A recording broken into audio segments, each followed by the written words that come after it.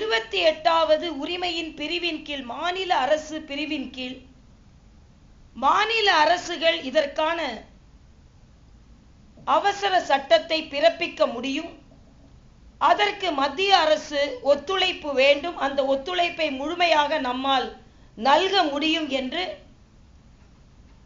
அந்த அமைச்சரவை கூட்டத்திற்கு பின்னால் முடிவெடுத்து அதை மின்னஞ்சல் மூலமாக எங்களுக்கு மத்திய தலைமை அனுப்பியிருக்கிறது.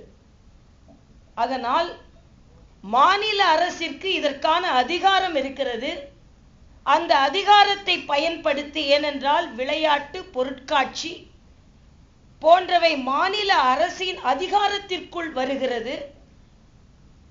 இவற்றிற்கு காளைகள் பயன்படுத்துகிறது என்ற காரணத்தினால், காளைகள் துன்புறுத்தப்படவில்லை என்ற காரணத்தினால் இதற்கு வாய்ப்பு இருக்கிறது. ஆனாலும் நம் மத்திய தலைமையும் மத்திய அரசும் என்னெல்லாம் செய்ய முடியுமோ அதை முழுமையாக செய்திருக்கிறோம். ஏனென்றால் இதற்கு முந்தைய அரசு கொடுத்த ஆணையின்படிதான் தடுப்பு நடவடிக்கைகள் உச்சநீதிமன்றத்தால் எடுக்கப்பட்டது. அதனால் ஒரு அரசாணையை பிறப்பித்தால் அதுவும் பல பாதுகாப்பு காரணங்களை காட்டி பல பாதுகாப்பு நடவடிக்கைகள் இருந்தால் நிச்சயம் இந்த தடை விலகும் என்ற உயரிய எண்ணத்தோடு தான் அவசர அரசாணை பிறப்பிக்கப்பட்டது என்பதை தெளிவாக எங்களுக்கு பதில் எழுதி அனுப்பியிருக்கிறார்கள். அதனால் எங்களது மத்திய தலைமை முழுவதுமாக ஆராய்ந்து சொல்லியபடி மாநில அரசிற்கு அந்த அதிகாரம் இருப்பதனால் மாநில அரசு இந்த ஜல்லிக்கட்டை நடத்துவதற்கான அவசர சட்டத்தை கொண்டு வர வேண்டும் என்ற வேண்டுகோள் வைப்பதோடு அதற்கு முழு ஒத்துழைப்பையும் மத்திய தலைமையும் அரசும் வழங்கும் என்ற கருத்தையும் நான் இங்கே பதிவு செய்கிறேன். அதாவது இதற்கு என்ன விளக்கம் சொல்லப்படுகிறது என்றால், இது ஜல்லிக்கட்டு, இது ஒரு வீர விளையாட்டு என்று பாரம்பரியமாக இந்த விளையாட்டை பற்றி சொல்லியது மத்திய அரசின் சார்பில் இருக்கிறது என்பதற்காக அது மத்திய அரசின் சார்பில் அந்த கோரிக்கை நீதிமன்றத்தில் வைக்கப்பட்டது.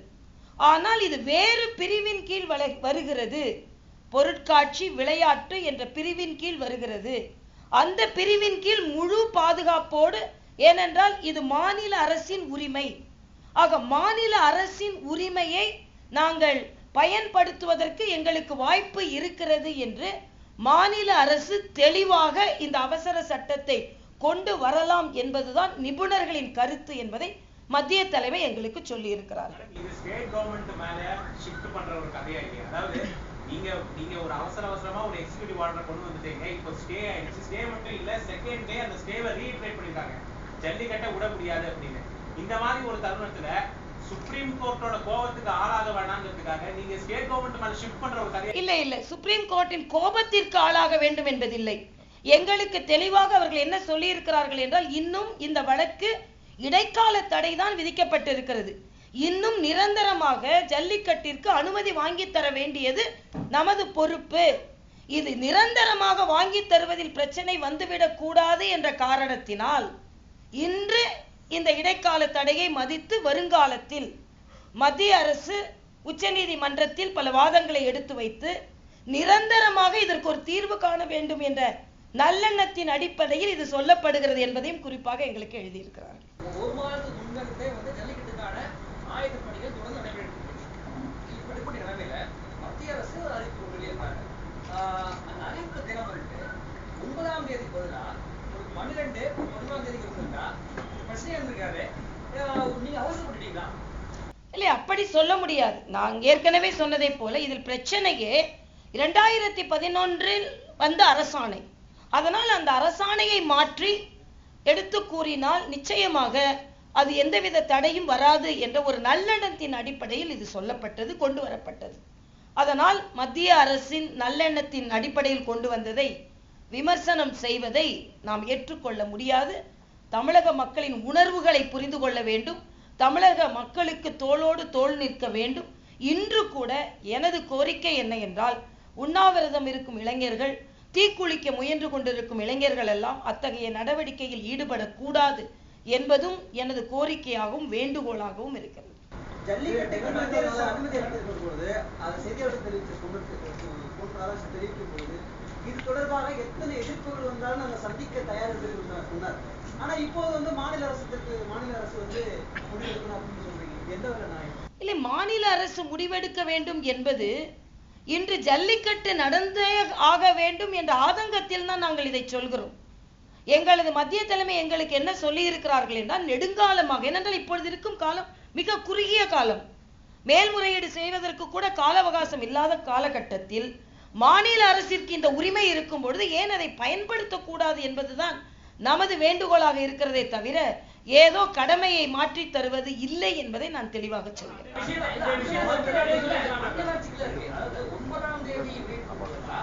நம்ம ஒரு 10ஆம் தேதியோ 11ஆம் தேதியோ அவங்களுக்கு காலம் வந்திருக்காது.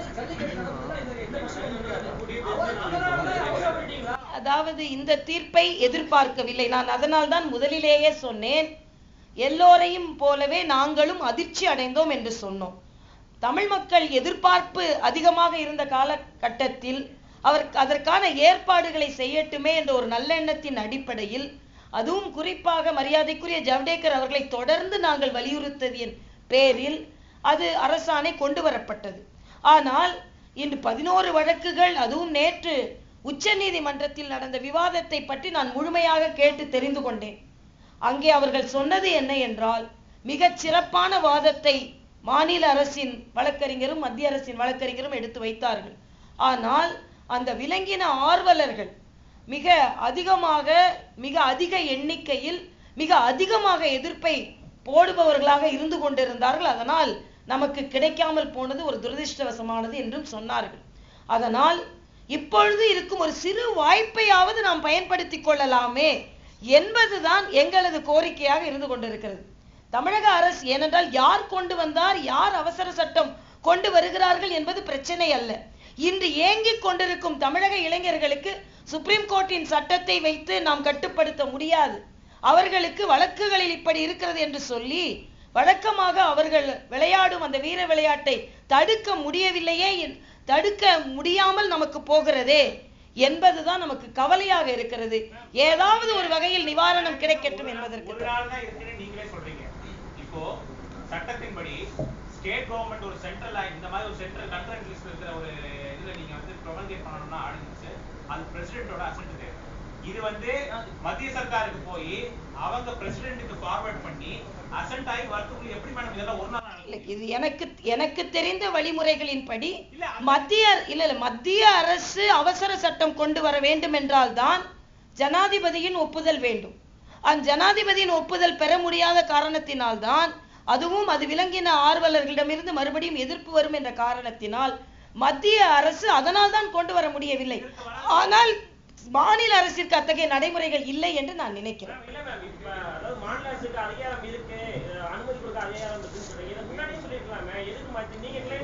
நாம் எதிர்பார்க்கவில்லையே.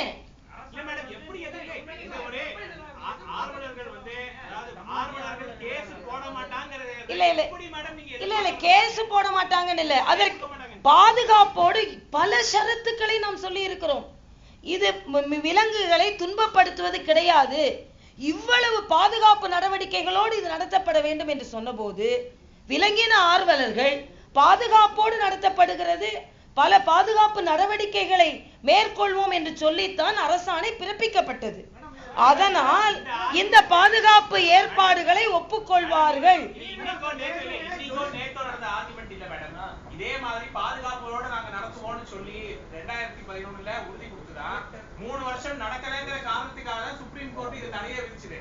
இத கூட நீங்க கன்சிடர் பண்ணாம இல்ல நான் ஒரே ஒரு நிமிஷம். அதாவது அதாவது அப்படி பார்த்தா அதைத்தான் நான் சொல்றேன், எல்லா கருத்துக்களும் வேறு கருத்துக்கள் வாய்ப்பு இருக்கிறது, விவாதம் இல்லை. அவர் அப்படி சொன்னார், அதற்கு இந்த பதில் இல்லை. பொதுவாக ஒரு சட்டம் இயற்றப்பட்டிருக்கிறது, பொதுவாக ஒரு அரசாணை கொடுக்கப்பட்டிருக்கிறது, அது நீதிமன்றத்திற்கு சென்று தடையை வாங்கி வந்திருக்கிறது.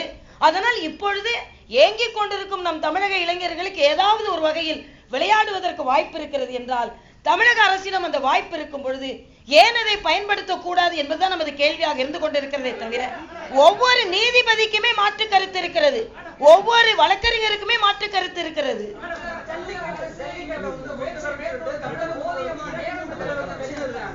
அதுக்கப்புறம் இப்பொழுது ஜல்லிக்கட்டு வந்து மத்திய அரசு அனுமதி கொடுத்த பிறகு திடீர்னு நீதிமன்றம் இப்படி தடை வச்சுட்டாங்க. மீண்டும் அவசர சட்டம் கொண்டுட்டு வரணும்னு திரும்பி தமிழக முதல்வர் கடிதம் இருக்காங்க. அப்ப தன்னுடைய பதவியில இருந்து இந்த சட்டத்தை பயன்படுத்தி ஜல்லிக்கட்டு நடத்த முடிவு வாய்ப்பு இருந்தா, ஆனா தொடர்ந்து வந்து கடிதம் மூலம் எழுதிருக்காங்க.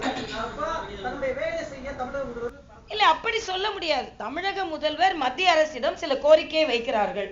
மத்திய அரசும் நம்பிக்கையோடு 2014 இந்த அரசாணை தான் பிரச்சனை, அரசாணையை நாம் மாற்றி சில கருத்துக்களை அதிகமாக வலியுறுத்தி சில பாதுகாப்பு நடவடிக்கைகளை இன்னும் அதிகமாக வலியுறுத்தி ஒரு அரசாணையை பிறப்பித்தால் அது அனுமதி வழங்கப்படும் என்று நாம் ஒரு நல்லெண்ணத்தில் பிறப்பிக்கப்பட்டது.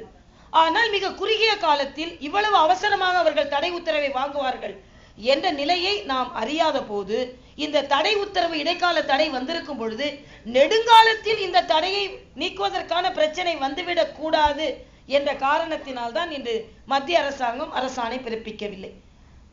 இன்று அரசாணை பிறப்பித்து உச்ச நீதிமன்றத்திலும் இடைக்கால தடை வந்த பிறகு மாநில அரசிடம் அந்த ஒரு அதிகாரம் இருக்கும் பொழுது அதை ஏன் பயன்படுத்தக்கூடாது என்பதுதான். இந்த மாதிரி ஒரு தீர்ப்பு வரும்னு நாங்க எதிர்பார்க்கலன்னு சொல்றீங்க. அட்டார்னி ஜெனரல் ஒப்பீனியன் கொடுக்கும் பொழுது இதை போட்டீங்கன்னா நிச்சயமா இது வந்து செல்லாது அப்படின்னு ஒரு ஒப்பீனியன் உங்க அட்டார்னி ஜெனரல் தான் கொடுத்தாங்க. அதே அட்டார்னி தெரியாமல் அதே அட்டார்னி ஜெனரல் தான் அவசர சட்டம் கொண்டு வந்தால் நிரந்தரமாக இந்த வழக்கை நடத்துவதில் பிரச்சனை வரும் என்று சொன்னார். அதனாலதான் அவசர, நமக்கு இன்றைக்கு இல்லை என்றாலும் என்றைக்காவது நமக்கு ஜல்லிக்கட்டு வந்தாக வேண்டும் அல்லவா, நிரந்தரமாக ஜல்லிக்கட்டு வந்தாக வேண்டும் அல்லவா. இன்று எங்களுக்கு மத்திய தலைமையிலிருந்து வந்திருக்கும் குறிப்பு நிரந்தரமாக நாம் போராடி நிரந்தரமாக அந்த தடையை நீக்க வேண்டும். இப்பொழுதுள்ள இடைக்கால தடையிலேயே நாம் அவசர சட்டம் கொண்டு வந்து முற்றிலுமாக அதற்கு வாய்ப்பே இல்லாமல் போகக்கூடாது என்ற நல்லெண்ணத்தின் அடிப்படையில் தான் மாநில அரசிற்கு இந்த அதிகாரத்தை நாம் சொல்லுகிறோம் என்று தெளிவாக சொல்லி இருக்கிறார்கள். ஏனென்றால் இது முடிந்துவிடக்கூடிய விவாதம் அல்ல, முடிந்துவிடக்கூடிய விவாதம் அல்ல. இதோட 3 லெட்டர் எழுதியாச்சு. இப்போ உங்களுக்கு நீங்க வந்து மின்னஞ்சல் மூலமா வந்திருக்குன்னு சொல்றீங்க. இதே விஷயத்தை நீங்க வந்து முதலமைச்சருக்கு ஏன் நேரடியாக தெரிவிக்கவில்லை? பிரதமர் திருப்பி ஒரு பதில் கடிதம் எழுதிருக்கலாம். தெரிவித்திருக்கலாம், நமக்கு தெரியாது, தெரிவித்திருக்கலாம். இல்லை என்றால் மத்திய அரசு அதை சரி செய்து விடலாம், நாம் கொடுத்து விடலாம் என்று நினைத்திருக்கலாம். நல்ல எண்ணத்தின் அடிப்படை அவசர சட்டம் போடலைன்னா பரவாயில்ல, அவசர சட்டம் போட்டு அதற்கான அனுமதியை வாங்கித்தானே நாங்க தந்தோம். அதனால அதில் விமர்சனம் செய்வதற்கு பதிலாக கொண்டு வந்து விட முடியும் என்ற ஒரு காரணத்தினால் தான் இதையெல்லாம் நடைமுறையில் சாத்தியமா. நாங்க உள்நோக்கோடு கொண்டு வந்திருந்தால் இதை போல எதிர்விளைவுகளை சந்திக்க வேண்டும் என்று எங்களுக்கு தெரியாதா? நிச்சயமாக அது கொண்டு வந்ததன் மூலமாக ஜல்லிக்கட்டை நடத்திவிட முடியும் என்று முழுமையாக நாங்கள் நம்பினோம் என்பதைத்தான் நான் இங்கே தெளிவாக முழு வாய்ப்பும் இழந்து போறதுக்கான வாய்ப்பு இருக்கு. அதனாலதான் எக்ஸிகியூட்டிவ் ஆர்டர்னு சொல்றீங்க. இப்ப அதே ஆர்டினன்ஸ் ஸ்டேட் போட்டு அதே மாதிரி ஒரு ஸ்டே ஆர்டர் வாங்கினா அதே ஒரு ரிசல்ட் வராதா? இல்லை, மத்திய தலைமைக்கு மத்திய அரசிற்கு அந்த வாய்ப்பு அப்படியே இருக்கும் என்பதுதான் இப்பொழுது வல்லுநர்கள் சொன்ன கருத்து என்று எங்களுக்கு தெரிவிக்கப்பட்டிருக்கிறது.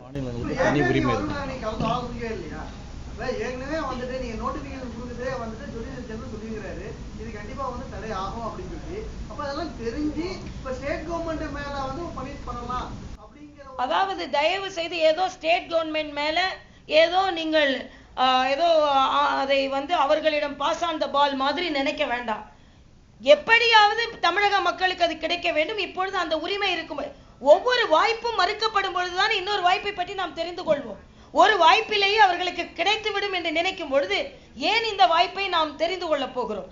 எல்லா வாய்ப்புகளும் எல்லா கதவுகளும் அடைபட்டு விட போது ஒரு கதவாவது திறப்பதற்கு வாய்ப்பு இருக்கிறது என்றால் அந்த கதவை தட்டுவதில் என்ன தவறு என்பதுதான் இன்றைய நிலை என்பதை நான் தெளிவாக துணிச்சலாக தைரியம். ஏனென்றால் நான் பத்திரிகையாளர்களை பார்த்து சொல்வது அதுதான். ஏதோ எங்களால் நிச்சயமாக கொண்டு வர வேண்டும் என்று மத்திய தலைமை என்னெல்லாம் செய்ய நினைத்ததோ அதை செய்து விட்டோம், எந்தவித மாறுபாடும் இல்லாமல் என்பதைத்தான் நான் சொல்கிறேன்.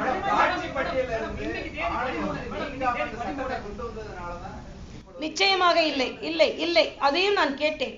சட்டத்தின்படி அந்த தடுப்பு இருந்தால் அதை நீக்கிவிட்டால் உடனே அதை வந்து உச்ச நீதிமன்றத்தில் தடை விதித்து விடுவார்கள். சட்ட வல்லுநர்கள் சொன்னது, நீங்கள் அவர்கள் அந்த பட்டியலில் இருந்து நாமே அதை நீக்க வருவதற்கு வாய்ப்பில்லை, அதில் சில மாற்றங்களை செய்து வேண்டுமானால் அரசாணை வெளியிடலாம். அதுதான், நீக்கினா உடனே நாங்க அந்த பட்டியலிருந்து உங்களுக்கு நீக்க அதிகாரம் இல்லை என்று உடனே உச்ச நீதிமன்றத்தில் அது தடை வாங்கிவிடும் என்ற காரணமும் விவாதிக்கப்பட்டிருக்கிறது. 2008 அவர்கள் ஆட்சியில் இருந்து கொண்டு அவர்கள் இதற்கான என்ன நடவடிக்கை எடுத்தார்கள்? இன்று கூட ஜல்லிக்கட்டுவிற்கு அது ஏதோ காட்டுமிராண்டித்தனம் என்றால் சொல்லிக் கொண்டிருப்பவர்கள் யார்? காங்கிரஸை சார்ந்தவர்கள். இன்று கூட இந்த தடை உத்தரவு பெறுவதில் அவர்களின் பங்கு மிக அதிகமாக இருக்கிறது. இந்த நேரத்தில் குற்றம் சாட்டி கொண்டிருக்க வேண்டாம் என்ற ஒரு காரணத்திற்காகத்தான் நாங்கள் அதை சொல்லாமல் இருந்து கொண்டிருக்கிறோம்.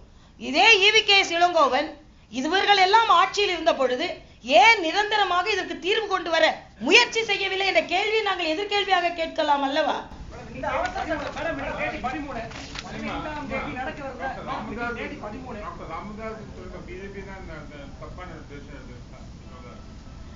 நான் மறுபடியும் சொல்லிவிட்டேன், ஆளாளுக்கு ஒரு கருத்தை சொல்வார்கள்.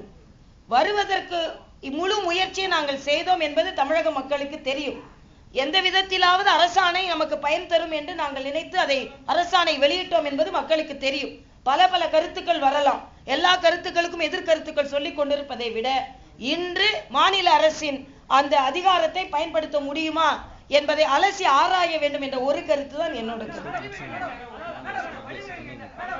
ஒரே நாள்ல கொண்டு வரதுக்கு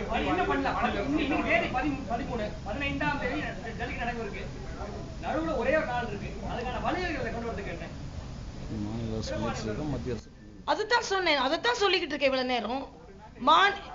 ஏன் மாநில அரசு கொண்டு, மத்திய அரசு முழு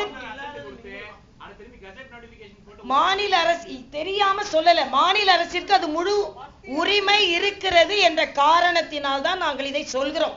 இதை நீங்க போய் தீர விசாரிச்சுக்கலாம். மத்திய அரசு சொல்கிறது என்று, மத்திய தலைமை எங்களுக்கு சொல்கிறது என்றால் அதில் காரணம் இருக்கும். அதை விசாரிக்காமல் அலசி ஆராயாமல் சொல்ல மாட்டார்கள். மாநில அரசு செய்தால் கூட அதில் மத்திய தலைமையிடம் மத்திய அரசு துணை நிற்கும் என்பதை தெளிவாக சொல்லிவிட்டோம்.